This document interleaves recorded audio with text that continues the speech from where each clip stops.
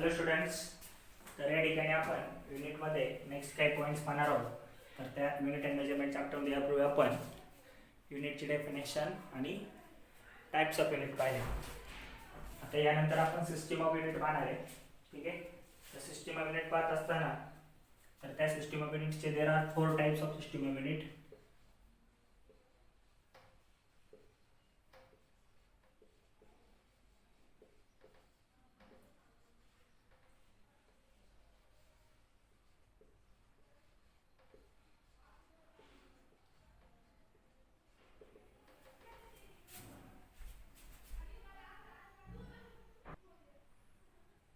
Okay, so after this first type, so first type is FPS system, or we have to call it as British engineering system. British engineering system. So for the British engineering system, what should we have to do here? Just look. Okay, in this system,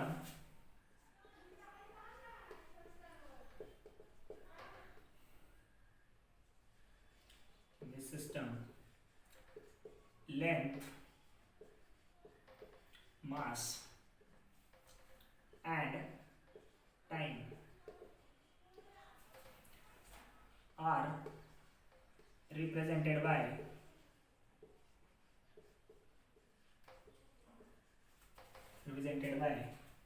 some units like for the length it is foot for F, then for mass it is pound, and for time it is second. Okay, so like this. So length is represented by basic unit of length in FPS system is foot, in mass for the mass it is pound, and for the time it is second. Okay, so like this. The second system is what? The second system is CGS, or that system is also called as Gaussian system. This system is also called as Gaussian system. So in this system,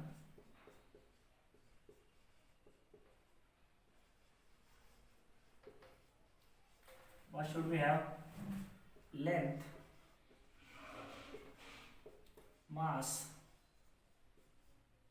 and time are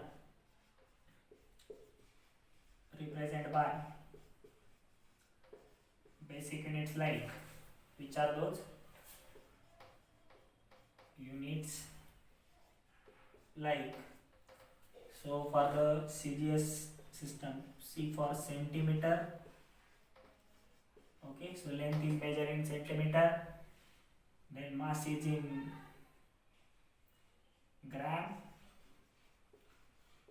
and time is in again second. Okay, respectively. So these are 3 units which are represent CGS system, basic system: centimeter, gram, second. Okay, so after this, next what should we have? For this third system of units we have here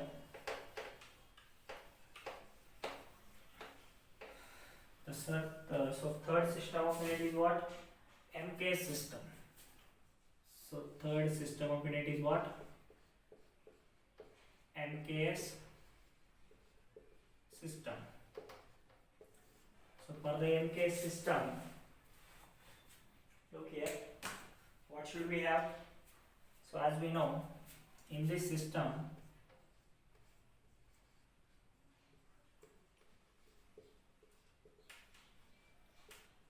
length, mass,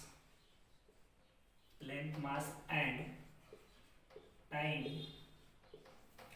are measured or measured by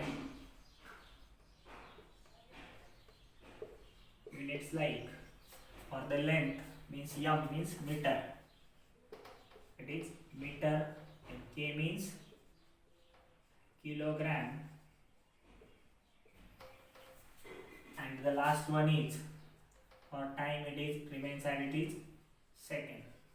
okay, so ह्या ज्या system of unit आहेत त्या वेगळ्या कंट्रीजसाठी वेगवेगळ्या ठिकाणी वेगवेगळ्या होत्या. प्रत्येक ठिकाणी गेल्यानंतर वेगळी सिस्टम ऑफ युनिट होती.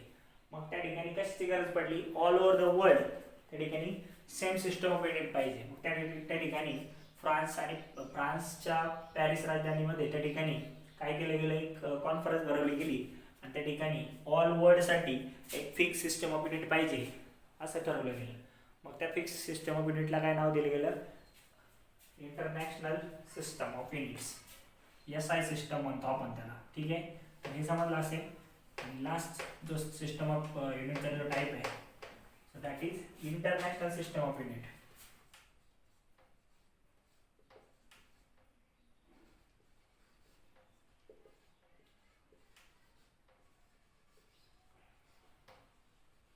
International system of units. ठीक आहे, मग आता ह्या टाईप मध्ये त्या ठिकाणी या पद्धतीने इंटरनॅशनल सिस्टम ऑफ युनिटचा वापर केला. ठीक आहे, मग यामध्ये length,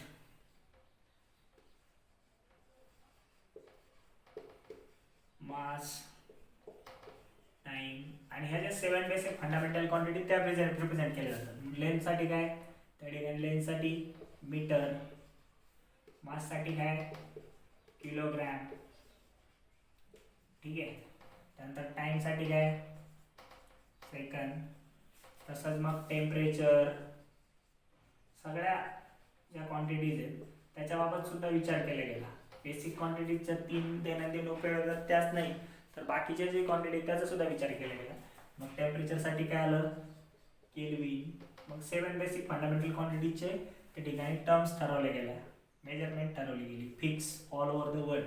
so that type of system of unit is called as SI system और सिस्टम ऑफ इंटरनॅशनल असं म्हणतो किंवा इंटरनॅशनल सिस्टम. ठीक आहे, त्यानंतर मग आपण अजून पाहिलं ल्युमिनस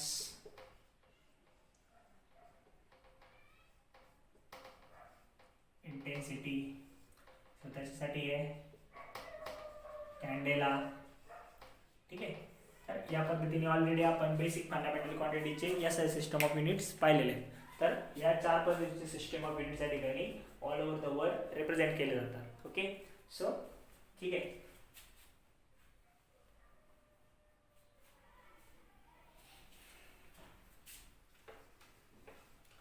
यानंतर आपल्याला पाहिजे आहे की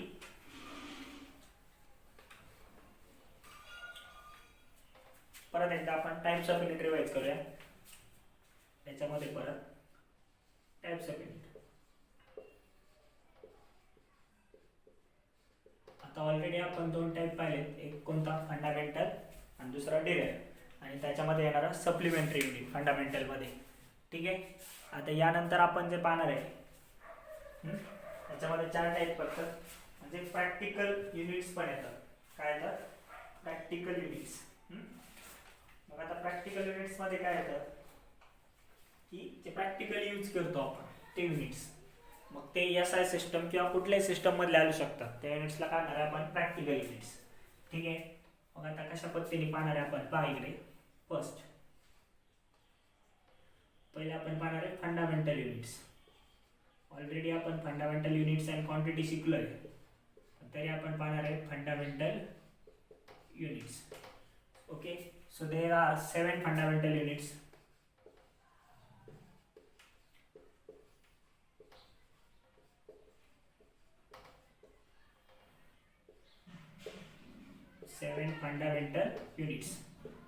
किंवा आपण याला काय म्हणतो बेसिक युनिट्स देखील म्हणतो. आपण याला काय म्हणतो बेसिक युनिट. म्हणजे आता काय लेंथ आहे, लेंथचं बेसिक युनिट काय आहे किलोग्राम. कसं नोट करतो आपण केजी, सॉरी मीटर आहे, सॉरी कसं नोट करतो, स्मॉल एम. त्याच्यानंतर मास आहे, मासचं काय किलोग्राम, कसं नोट करतो आपण केजी. ठीक आहे. त्याच्यानंतर काय number 3 time.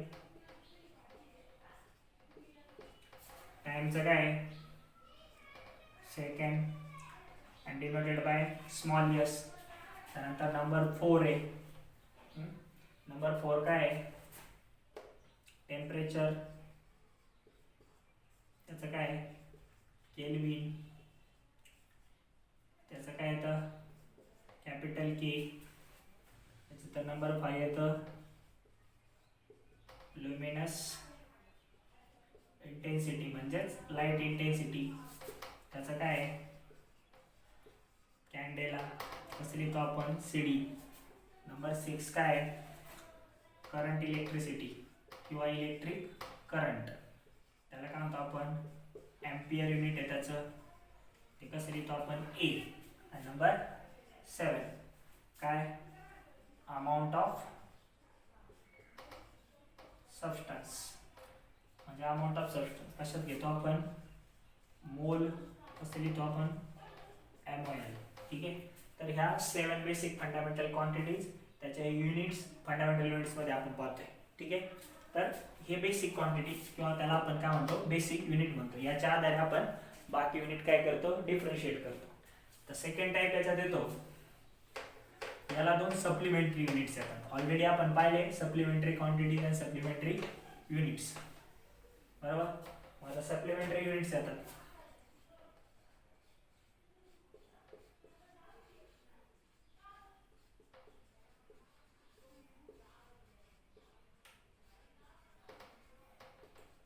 Second type supplementary units. त्याच्यामध्ये फर्स्ट टाइप काय सप्लिमेंटरी युनिट्स मधला, सॉरी युनिटचं पाहायचं आपल्याला, क्वांटिटी नाही. युनिट काय सप्लिमेंटरी रेडियन. रेडियन कशासाठी वापरतात प्लेन अँगलसाठी. प्लेन अँगलसाठी कशा प्रकारे वापरतो आपण जर पाहिलं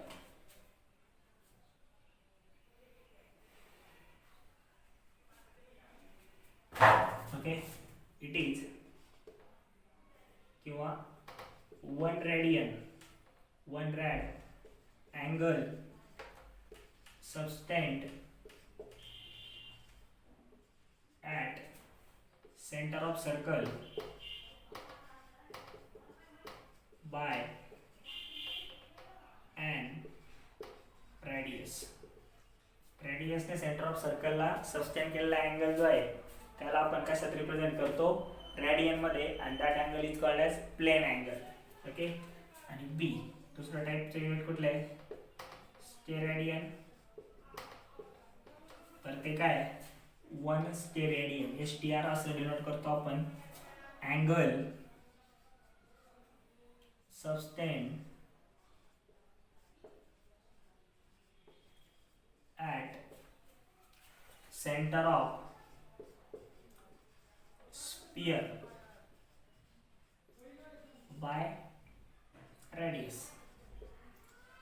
सेंटर ऑफ स्पियर ला त्या ठिकाणी आपण काय करतो अँगल सस्टेन करतो. आपण पाहिले 3 डायमेन्शन मध्ये स्फेरिकल सरफेस मधून आपण एक कोन बाहेर काढतो, त्यावेळेस तो जो अँगल भेटतो तो स्टेरेडियन मध्ये भेटतो आणि आपण त्याला सॉलिड अँगल असं म्हणतो. ठीक आहे. तर हे झाले 2 सप्लिमेंटरी युनिट्स. ठीक आहे. त्यानंतर थर्ड टाइप येतो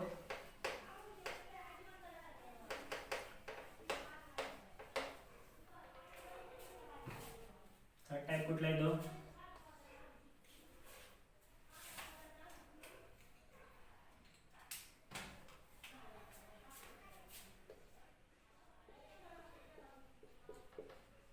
डिराइव्ड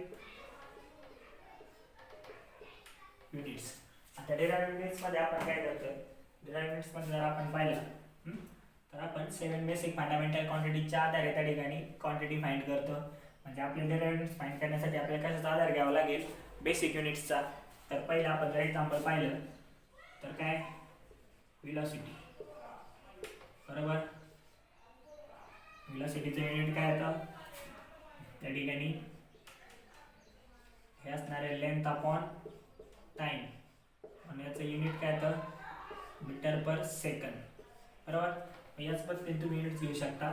इथे आपण काय पाहिलंय, 2 बेसिक युनिट्स यूज केले, ठीक आहे. त्यानंतर सेकंड काय येईल, सपोज ॲक्सेलरेशन. ॲक्सेलरेशन म्हणजे काय,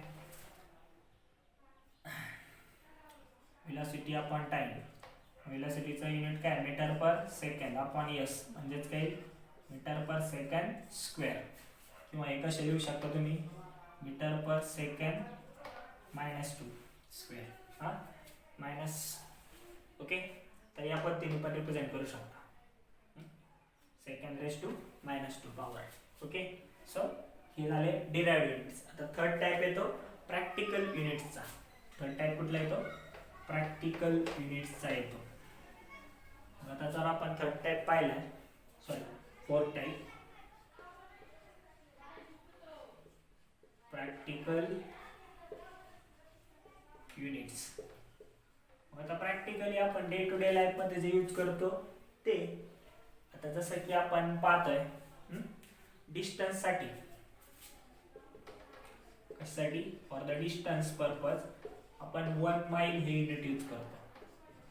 कोणतं युनिट यूज करतो, 1 माइल. पूर्वी लोक यूज करायचे, सध्या आपण यूज नाही करत, पण 1 माइल यूज करतो. ओके, सो 1 माइल जे आहे हे प्रॅक्टिकल युनिट झालं. मग आपल्या SI सिस्टम मध्ये त्याचं काय रिलेशन आहे, 1.6 किलोमीटर म्हणजे 1 माइल असतं.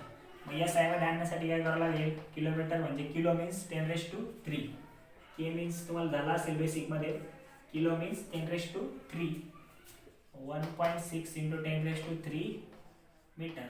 हे जर आपल्याला CGS सिस्टम मध्ये आणायचं असेल सेंटीमीटर मध्ये, तर काय 1 metre is equal to how much centimetre, 10⁻² centimetre. म्हणजेच काय 1.6 × 10⁻³ × 10⁻² सेंटीमीटर येईल, बरोबर. काय करावं लागेल, 1.6 × 10⁻², बेस सेम आहे, पॉवरची काय होईल, ॲडिशन. म्हणजेच काय 1.6 × 10⁻⁵ सेंटीमीटर. या पद्धतीने माईलचं कन्वर्जन आहे, ठीक आहे. तसंच दुसरं युनिट आहे हॉर्स पॉवर. काय, हॉर्स पॉवर. कशाचं युनिट आहे, पॉवरचं, बरोबर. पण आपण पॉवरचं जनरल युनिट काय पाहतो, त्या ठिकाणी वॅट हे पाहतो. काय असतं, SI युनिट काय त्याचं, वॅट. किंवा पॉवर इज इक्वल टू काय असतं, work done upon time. Work done म्हणजेच एनर्जी, म्हणजे जूल पर सेकंड. युनिट आपण SI सिस्टम मध्ये घेऊ शकतो. म्हणजे या प्रकारचे आपण प्रॅक्टिकल युनिट्स पण वापरू शकतो. म्हणजेच 1 horse power is equal to काय असतं, 1 HP is equal to 746 watt. हे रिलेशन इथे येतं. ह्या वेगळ्या प्रकारच्या प्रॅक्टिकल युनिट येतात, बरोबर. म्हणजे डे टू डे लाईफ मध्ये आपण प्रॅक्टिकली जे युनिट्स यूज करतो त्याला आपण काय म्हणतोय, प्रॅक्टिकल युनिट्स म्हणतोय, ठीक आहे. तर हे 4 युनिटचे टाइप्स आपण पाहिले. तर हे व्यवस्थित तुम्ही लक्षात घ्या. काही शंका असतील तर विचारू शकता, ठीक आहे. Okay, thank you.